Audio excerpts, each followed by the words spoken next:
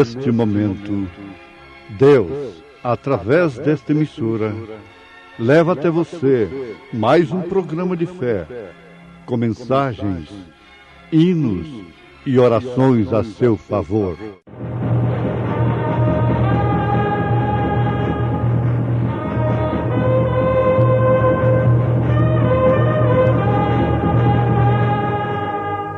Fé para vencer. Somente crer, somente crer, tudo é possível, somente crer. O amor tudo sofre, tudo crê, tudo espera, tudo suporta.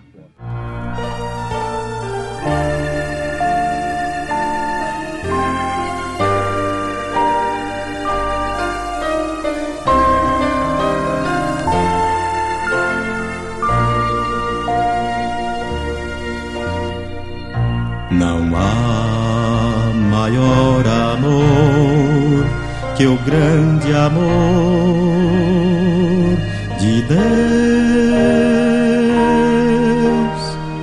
Não há nem pode haver jamais amor igual. Quero eu viver assim, cantando em seu louvor. Oh, que prazer sem fim, louvar ao meu Senhor. Tão grande amor, amor sem fim, é aquele amor que tem Jesus por mim. Tão grande amor, amor sem fim, é aquele amor que tem Jesus por mim.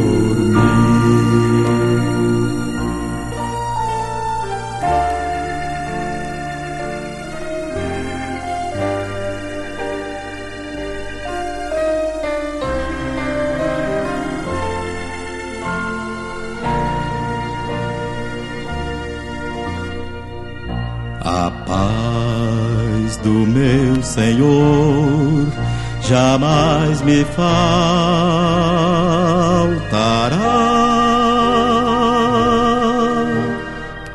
Contente sempre estou, Jesus comigo está. Quero eu viver assim, cantando em seu louvor. Oh, que prazer sem fim, louvar ao meu Senhor. Tão grande amor, amor sem fim, é aquele amor que tem Jesus por mim. Tão grande amor, amor sem fim, é aquele amor que tem Jesus por mim.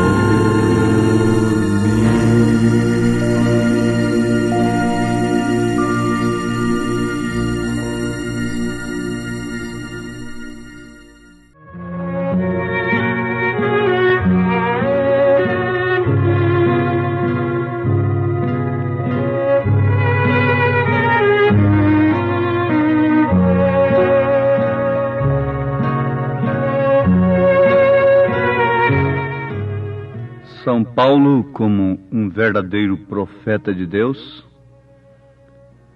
na sua primeira carta aos Coríntios, capítulo 12, fala sobre a unidade dos membros do corpo. No fim do capítulo, ele faz menção daquilo que A uns pôs Deus na igreja, primeiramente apóstolos, em segundo lugar profetas, em terceiro doutores, depois milagres, depois dons de curar, socorros, governos, variedades de línguas, etc. Não? Porventura são todos apóstolos, são todos profetas, são todos doutores, são todos operadores de milagres, têm todos o dom de curar, falam todos diversas línguas, interpretam todos. Portanto, procurai com zelo os melhores dons, e eu vos mostrarei um caminho ainda mais excelente.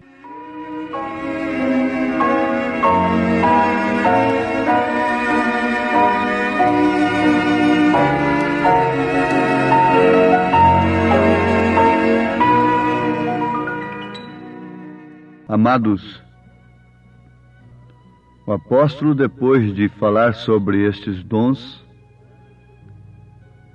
os quais nos recomenda buscar com zelo, disse: e eu vos mostrarei um caminho ainda mais excelente.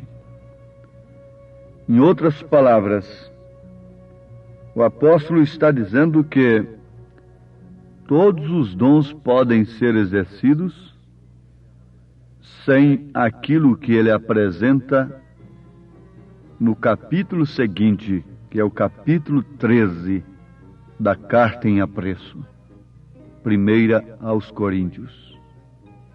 É o amor. Podem se exercer os dons na igreja sem este caminho mais excelente, que é o amor.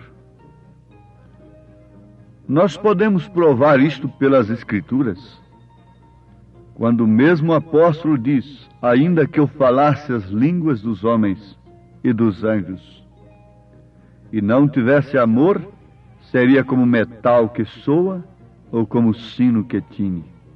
Isto quer dizer que o homem pode falar as línguas dos homens e dos anjos sem ter amor. E ainda que tivesse o dom de profecia e conhecesse todos os mistérios e toda a ciência, e ainda que tivesse toda a fé, de maneira tal que transportasse os montes, e não tivesse amor, nada seria. Isto nos mostra que as pessoas podem saber mistérios, ciência, ter toda a fé a ponto de transportar montes e não ter amor ainda. Ainda que distribuísse toda a minha fortuna para sustento dos pobres, e ainda que entregasse o meu corpo para ser queimado e não tivesse amor, nada disso me aproveitaria. O apóstolo está mostrando ainda que ele poderia repartir toda a sua fortuna, fazer a chamada caridade, que na verdade é amor. Mas a caridade no sentido popular é aquilo, dar esmolas, etc. Mas aqui ele diz que ainda que ele distribuísse toda a sua fortuna para sustento dos pobres, e ainda entregasse o seu corpo para ser queimado, se desgastasse em todo o serviço, não tivesse amor, nada disso lhe aproveitaria. Voltando no Evangelho São Mateus, capítulo 7, versículo 22, nós encontramos que as pessoas podem fazer maravilhas, curar enfermos, expelir demônios, sem se afastar da iniquidade, sem ter amor. O amor, diz ele começa a descrever o amor. O amor é sofredor, o amor é benigno, o amor não é invejoso, o amor não trata com leviandade, não se ensoberbece, não se importa com indecência, não se veste desta maneira que o mundo está se vestindo. Isso é falta de amor de Cristo. Isso é uma agressão, portanto, falta de amor. Não se porta com indecência, não busca os seus interesses, não se irrita. E com facilidade nós estamos irritados. Não suspeita mal, com facilidade nós estamos suspeitando mal. Não folga com a injustiça, mas folga com a verdade. Tudo sofre, tudo crê, tudo espera, tudo suporta. O amor nunca falha, nunca falha.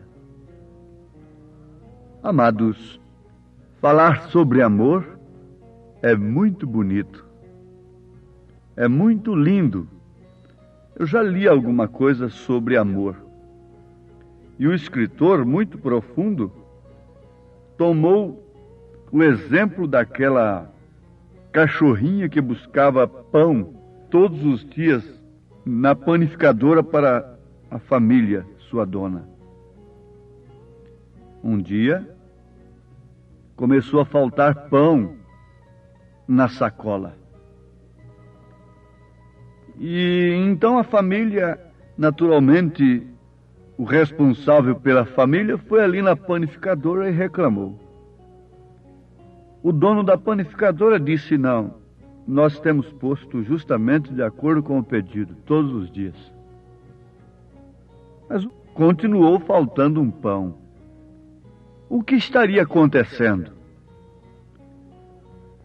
Então, o dono da cachorrinha resolveu seguir o seu roteiro de ida e de volta da panificadora. Qual não foi a sua surpresa? Que ao passar por um terreno baldio que tinha materiais de construções ali, atrás de uma pilha de tijolos, a cachorrinha mudou sua rota naturalmente. Entrou ali e ela tirava um pão atrás daquela pilha de tijolos e deixava para um cachorro que tinha sido atropelado, estava ali com um dos seus quadris quebrado e não podia andar. Ela tirava, deixava o pão ali ao seu alcance, apanhava a sacolinha de pães e seguia o seu caminho. Foi o suficiente para aquele homem chorar ao ver aquela cena de amor no animal irracional. Isto é apenas um exemplo que nós estamos dando, que não vale a pena, não resolve nada nós falarmos apenas em amor. O amor é demonstrado pela prática, na verdade. Quando Paulo disse que ainda que ele distribuísse tudo, ainda que ele sofresse pelos outros, não adiantaria nada se isto não fosse por amor. Em outras palavras, quer dizer isto: se não fosse pelo verdadeiro amor. O verdadeiro amor não leva ninguém a pleitear a salvação através da chamada caridade, que quer dizer a mesma coisa, amor. O verdadeiro amor de Cristo é corretivo. E Deus não nos deixa de corrigir. Na carta aos Hebreus, capítulo 12, nós encontramos a prova disto. Sim, está aqui. A partir do versículo 5, aos Hebreus, capítulo 12. E já vos esquecestes da exortação que argumenta convosco como filhos. Filho meu, não desprezes a correção do Senhor. Isto quer dizer que se somos filhos do Senhor, nós temos correção. E não desmaies quando por ele fores repreendido. A repreensão do Senhor, às vezes, causa desmaios aos filhos do Senhor, não? Porque o Senhor corrige o que ama e açoita a qualquer que recebe por filho. Se suportais a correção, Deus vos trata como filhos. Porque que filho há a quem o pai não corrija? Mas se estais sem disciplina, da qual todos são feitos participantes, sois então bastardos e não filhos. Além do que tivemos nossos pais segundo a carne, para nos corrigirem, e nós os reverenciamos, não nos sujeitaremos muito mais ao Pai dos Espíritos para vivermos? Porque aqueles, na verdade, por um pouco de tempo, nos corrigiam como bem lhes parecia, mas este, para nosso proveito, para sermos participantes da sua santidade. E, na verdade, toda correção ao presente não parece ser de gozo, senão de tristeza, mas depois produz um fruto pacífico de justiça nos exercitados por ela. Vejam, para que Deus nos corrige? Para que sejamos participantes da sua santidade. Isso é uma boa aplicação para os pais que corrigem os seus filhos. Deve ser para que eles se tornem participantes do seu caráter. Se nós não temos um caráter perfeito, como podemos exigir dos nossos filhos um caráter perfeito?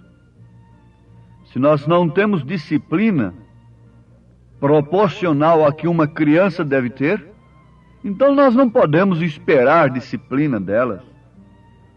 Tudo é proporcionalmente falando. Muitas vezes somos irreverentes aos esposos, às esposas e demais coisas assim, irreverentes à palavra de Deus, e vamos esperar que os nossos filhos sejam reverentes? Se existe um efeito, existe uma causa. O profeta desta era disse um segredo. Quando se fala num segredo, chama a atenção de todo mundo, porque a tendência humana é saber de coisas ocultas, é conhecer mistérios. E ele diz: querem vocês conhecer um pequeno segredo? Oh, mas que pequeno, grande segredo! Assim é como eu conquisto os animais selvagens, assim conquisto a enfermidade, por amor. O amor de Deus nos constrange a fazer tal coisa. Como é que o Senhor conquista até os animais selvagens? Como o Senhor conquista as enfermidades? Por amor. Quando se conquista uma enfermidade, fica acariciando aquela enfermidade? Não, ela sofre logo o seu repúdio merecido. Ela sofre logo a disciplina merecida. Ela é expulsa com a autoridade do Espírito. É necessário que se conquiste primeiro aquele mal, vença aquele mal. A Bíblia diz que nós não podemos vencer aquele de quem nós somos vencidos, por quem somos vencidos. Antes de tudo, nós temos de vencer aquele mal no Espírito, pelo amor de Deus, que é corretivo. Daí então toda a correção é proveitosa, porque transfere caráter, transfere a reverência que a mulher tem, que a mãe tem às coisas de Deus. Eu tenho lembrança como minha mãe era austera comigo no tocante às coisas de Deus, mas eu me lembro perfeitamente como que ela tratava as coisas de Deus. Ela dava exemplo. Isto quer dizer que ela estava transmitindo caráter. Antes de ter a experiência com Deus, eu cheguei a fumar há alguns anos, depois que saí do seu domínio. Mas a Bíblia diz: cria o teu filho no caminho do Senhor, e mesmo depois de velho ele não fugirá dele.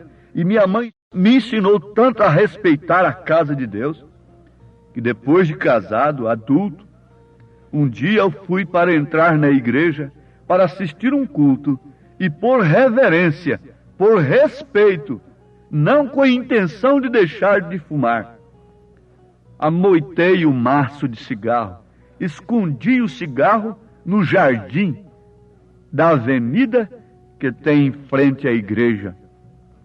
Resultado, nunca mais voltei a apanhar aquele cigarro. Tomei aversão pelo fumo, em tempo, graças a Deus. Mas por quê? Quantas vezes a minha mãe falou, prometeu, não ficava brigando comigo dentro da igreja.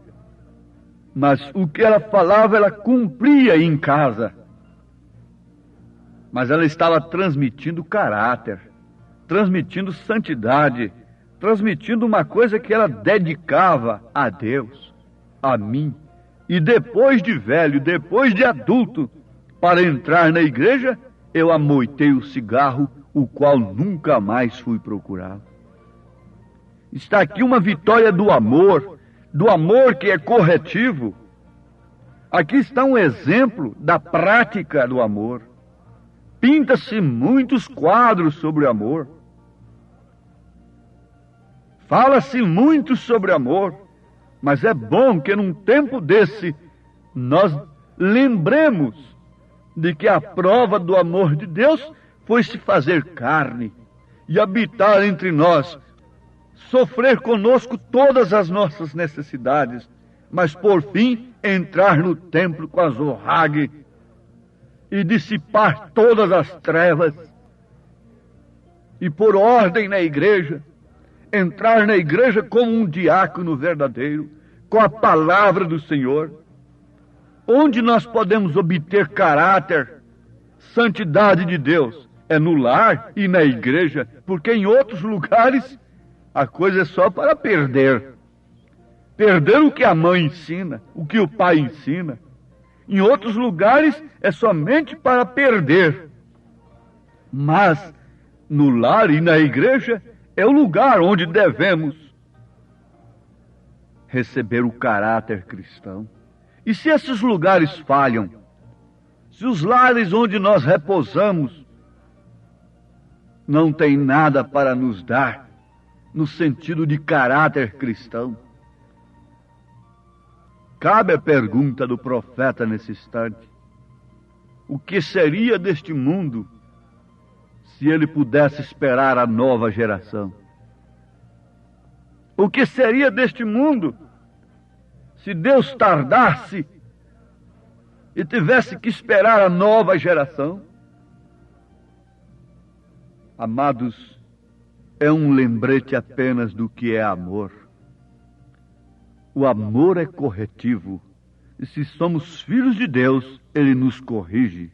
Se somos filhos de Deus, portanto, nós aceitamos a mensagem como ela é. Em nome de Jesus Cristo, Deus nos abençoe com esta grande bênção do caráter de Cristo em todos nós. Amém.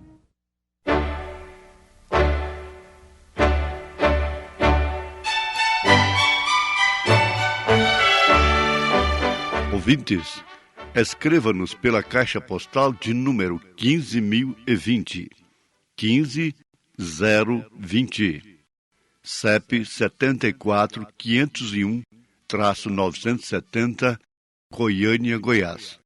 O nosso endereço na internet é www.apalavraoriginal.org.br. Volte a nos ouvir amanhã novamente, neste mesmo horário, nesta emissora, se o Senhor nos permitir, com fé no Filho de Deus, a fé que vence o mundo.